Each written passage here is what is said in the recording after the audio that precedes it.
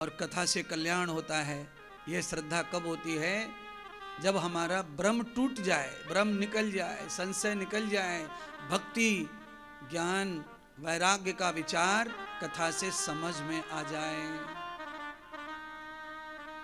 हे सौनक जी, श्रीमद् भागवत कथा श्री नारद जी ने सुनी। अब छोटे मोटे श्रोता का नाम बताकर ये ऋषि मुनि कहां विश्वास करते? बड़ा नाम बताया महाराज। आपको पता है मोदी जी ने एक शरबत का विज्ञापन कर दिया 2-3 महीने पहले। एक हाथ में बोतल लेके एक शरबत, हिमाचल प्रदेश की कंपनी का शरबत का हाथ में बोतल। महाराज 3 महीने में न जाने कितने लाख करोड़ का व्यापार हो गया। बड़ा आदमी, जान पहचान जिसके हाथ में है, इसलिए सब लोग एक्टरों से एडवर्टाइज करवा रहे हैं, चड्डी का, क्रीम का, पाउडर का। जिनकी ज्यादा फॉलोइंग है, जो ज्यादा लोग जानते हैं, उनके हाथ से। आप समझ लो मेरी बात मैं ये बताना चाहता हूं, जिसको जगत में सब जानते हैं वो नारद है। नारद ने भागवत की कथा सुनी, मंजी काई तो है, भागवत मंजी काई तो है, मतलब कोई चीज तो इसमें है ही है महाराज।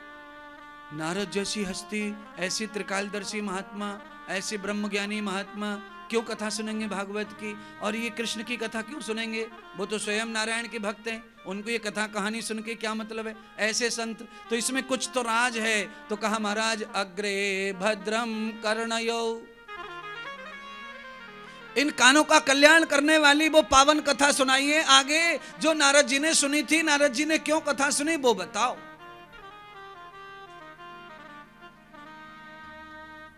ऐसा डाल दिया सूत जी ने अड़ंगा कि जो कथा ना सुने तो भी सुननी पड़े। अब महाराज बताइए ना, नारद जी ने क्यों सुनी कथा? क्या हो गया था नारद जी को? किसने सुनाई? तो कहा नारद जी ने अपने पिता की शांति के लिए कथा सुनी। किसी भी चीज से जब आरोग्य ना प्राप्त हो, ध्यान से सुनिए, डॉक्टर अमेरिका, लंदन, कनाडा से लेकर के सब जगह घूम के आ गए, आरोग्य नहीं मिल रहा है, स्वास्थ्य अच्छा नहीं हो रहा है, गिरता ही जा रहा है, सब डॉक्टर चले गए, सारी चीज फेल हो गई, तो उसमें क्या है? तो भगवान कहते हैं सूत जी, तो उस समय हमें कथा का सहारा लेना चाहिए दवा के साथ।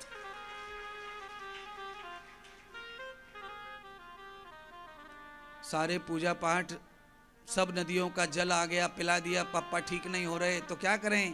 पुराण गृते ताम, तब पुराण भागवत का श्रवण करो, दवा भी लो, डॉक्टर भी करो, पर कथा भी सुनो।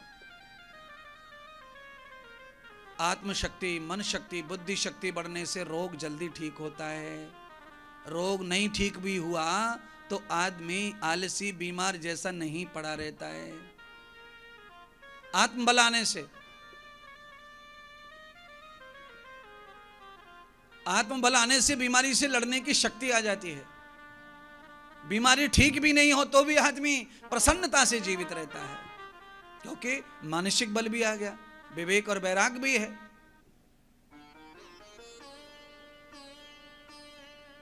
सारी धरती की परिक्रमा करके नारद जी, संतों ने बताया, वृंदावन पहुंच गए। और श्री वृंदावन जाकर भक्ति से भेंट हुई। नारद जी ने देखा भक्ति तो परेशान है, आलस में पड़ी है, उसके बालक भी दरिद्र हैं, आलसी हो गए और सुषुप्त अवस्था में पड़े हैं, निद्रा में पड़े हुए हैं। माँ जगा रही हैं, दिन भर जगाया, रात भर जगाया, दिन भर जगाया, बच्चे उठते ही नहीं, निकलते ही नहीं बिस्तर से। अब तो माँ बड़ी व्याकुल है, रो रही है, कैसे भविष्य बनेगा, जवानी में सो रहे हैं।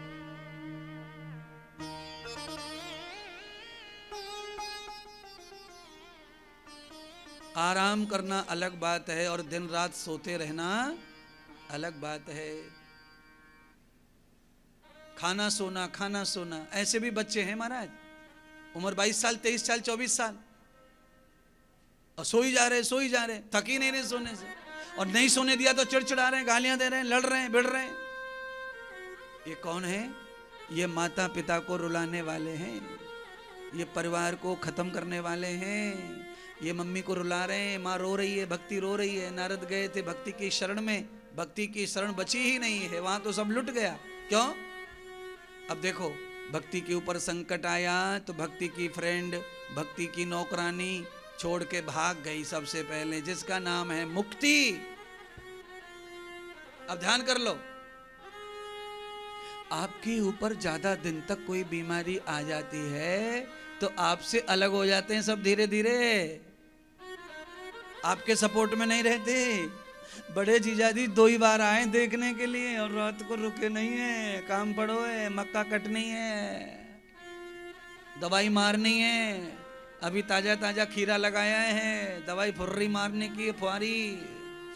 दिन दिन में आके अपना काम करके देख के साले को चले गए, एक बार और आ जाएंगे, और बाद में ये निश्चय हो गया कि ये बचना नहीं है तो अब आके भी कोई फायदा नहीं है। अब तो उन्होंने सोच ही लिया है कि जब फोन आएगा तभी चलेंगे, सब लोग दोनों चलेंगे अपन मिल करके आखिरी आखिरी धरने कायसाठी, हाँ धराईसाठी शमशान मध्ये। महाराज आप बिल्कुल सही सही बता देते हो कभी कभी तो। द्रवते लोचनम कृष्ण